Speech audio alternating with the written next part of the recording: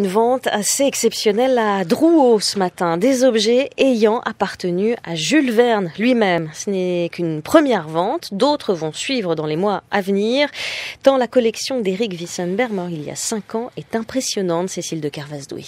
C'est l'histoire d'un dentiste qui, en 1969, à l'âge de 27 ans, se prend de passion pour Jules Verne. Après avoir acquis la toute première édition de 1867 du 3e roman de l'écrivain, Voyages et aventures du capitaine Atras, il se met à acheter plus de 4000 livres en édition originale, puis tout ce qui touche à l'univers vernien.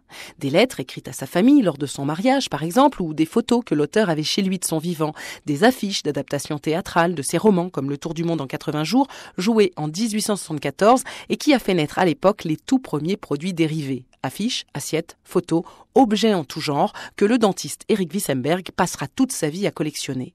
Cet ensemble colossal, il le conservait chez lui, en Suisse. Et pour l'acquérir, il avait progressivement vendu toutes les terres qui entouraient sa maison.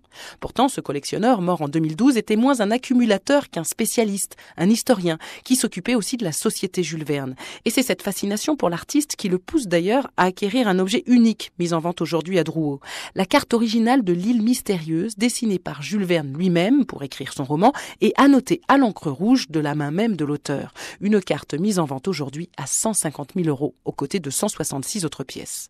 Alors pourquoi une telle collection ne se retrouve-t-elle pas dans un musée ?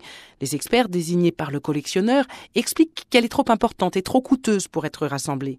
Nul doute néanmoins que les musées Jules Verne d'Amiens et de Nantes seront présents aujourd'hui, ainsi que la Bibliothèque nationale de France.